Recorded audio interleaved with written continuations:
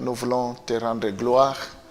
Nous voulons te dire merci pour cette opportunité que tu nous donnes d'écouter ta parole. La Bible dit que ce livre de la loi ne s'éloigne point de ta bouche, médite-les jour et nuit. Nous voulons vraiment que toi tu puisses nous enseigner. Nous voulons que toi tu puisses nous instruire, que toi tu puisses nous conduire.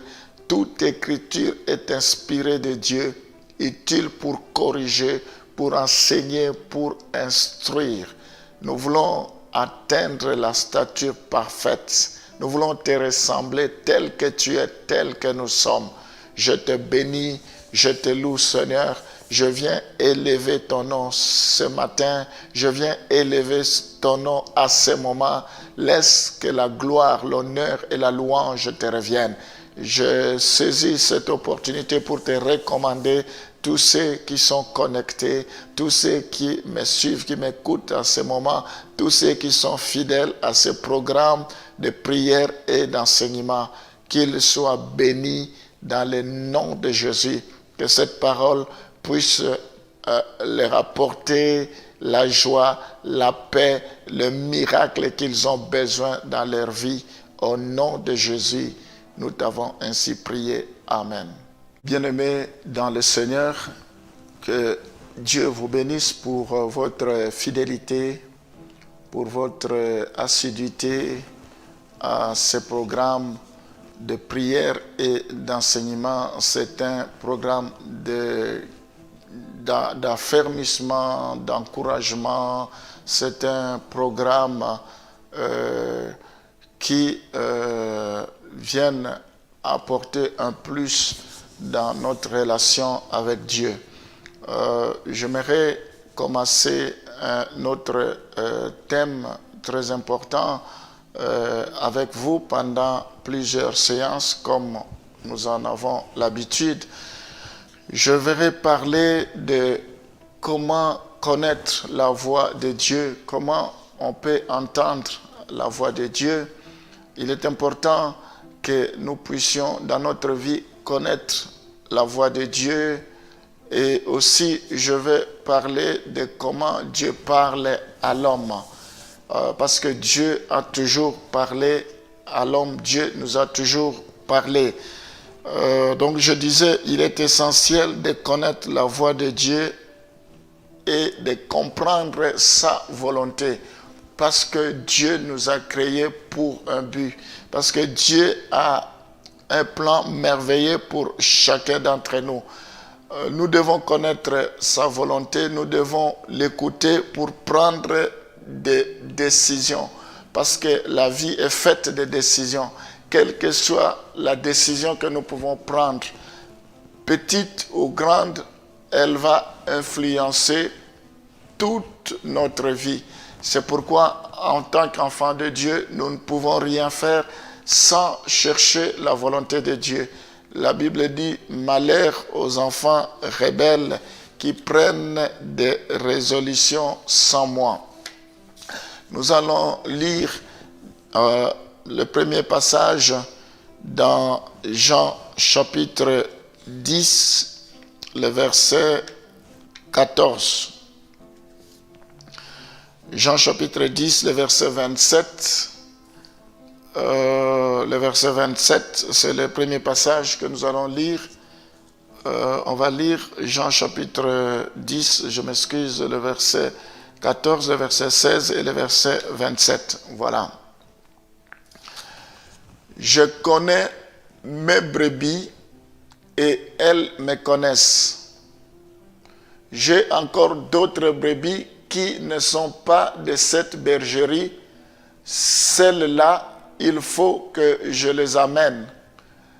Elles entendront ma voix et il y aura un seul troupeau, un seul berger. Le verset 27, c'est notre verset clé. Mes brebis entendent ma voix, je les connais et elles me suivent. Gloire au Seigneur. Dans ce passage, nous voyons que Jésus-Christ est le bon berger. Nous, les enfants de Dieu, nous sommes comme des brebis. et chaque troupeau a son berger. Et nous qui sommes enfants de Dieu, Jésus-Christ est notre berger. Il est le bon berger.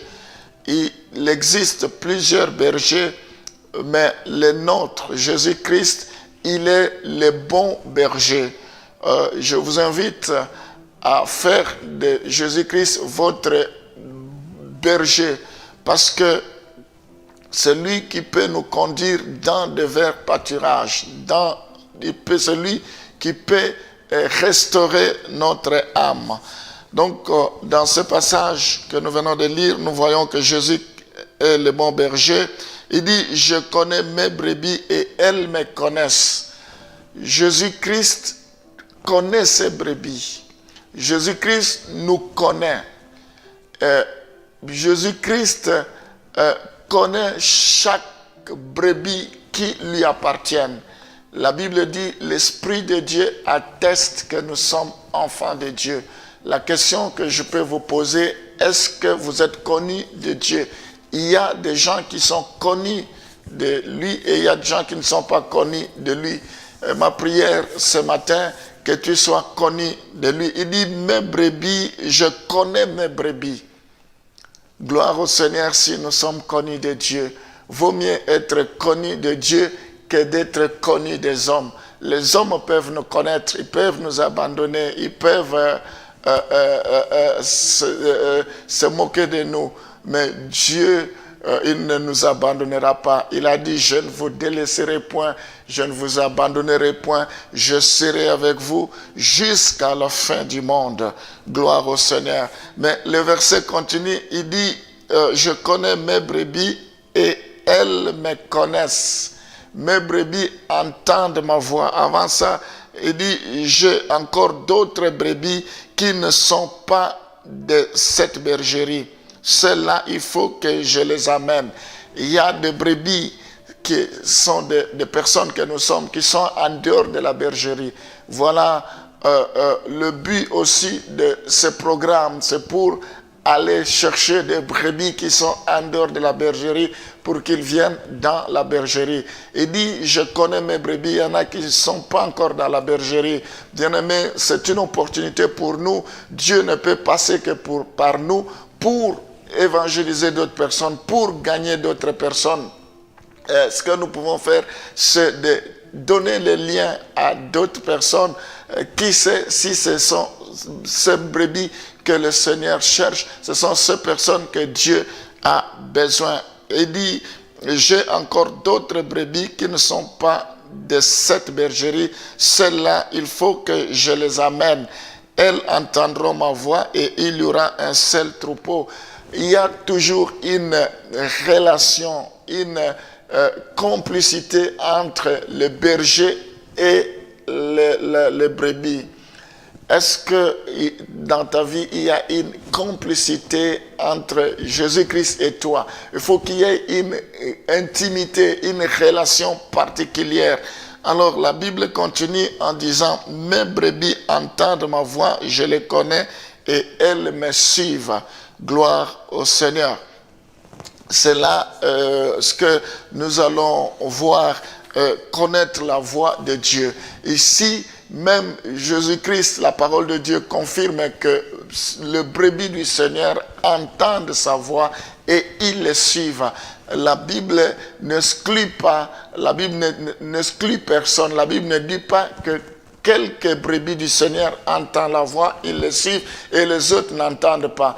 Il faut que chaque brebis, il faut que chaque brebis que nous sommes, nous soyons à mesure d'entendre la voix de Dieu. Voilà pourquoi le but de cet enseignement, nous allons le faire en plusieurs séances.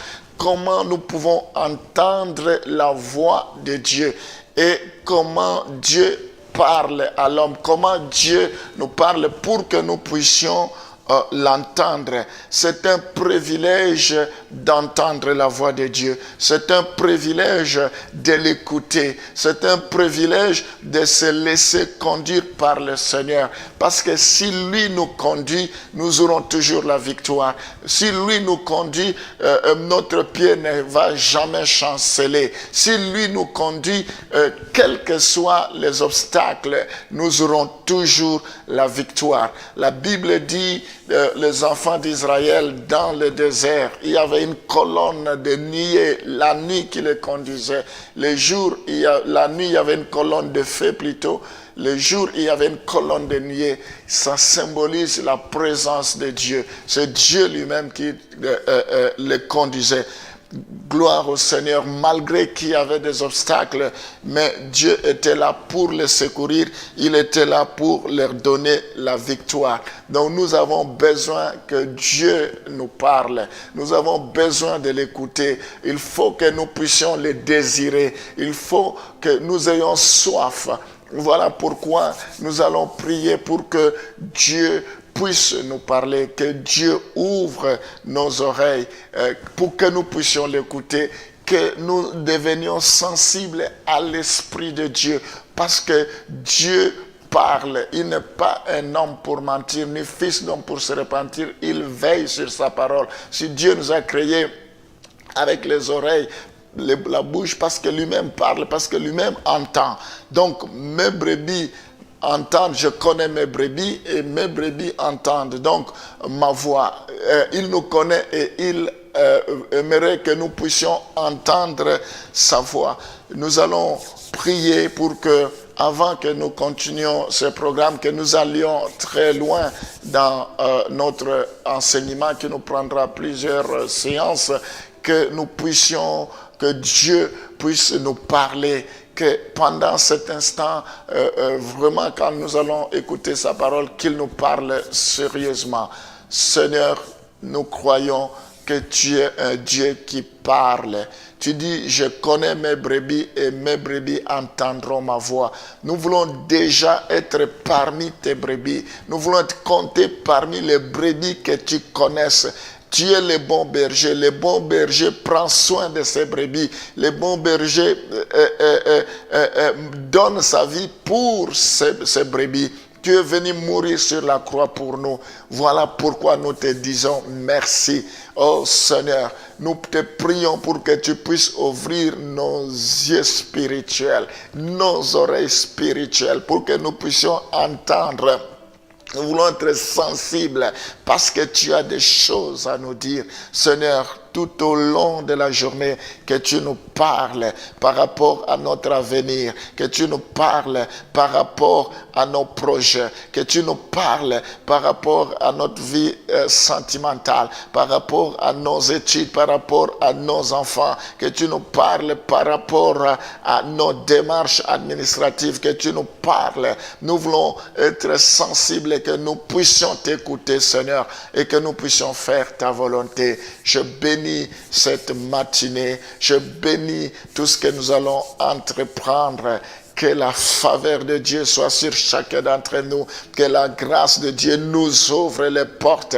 À cause de ta grâce, nous réussirons. À cause de ta grâce, nous sommes bénis. Sois loué à jamais. Au nom de Jésus, nous t'avons ainsi prié. Amen.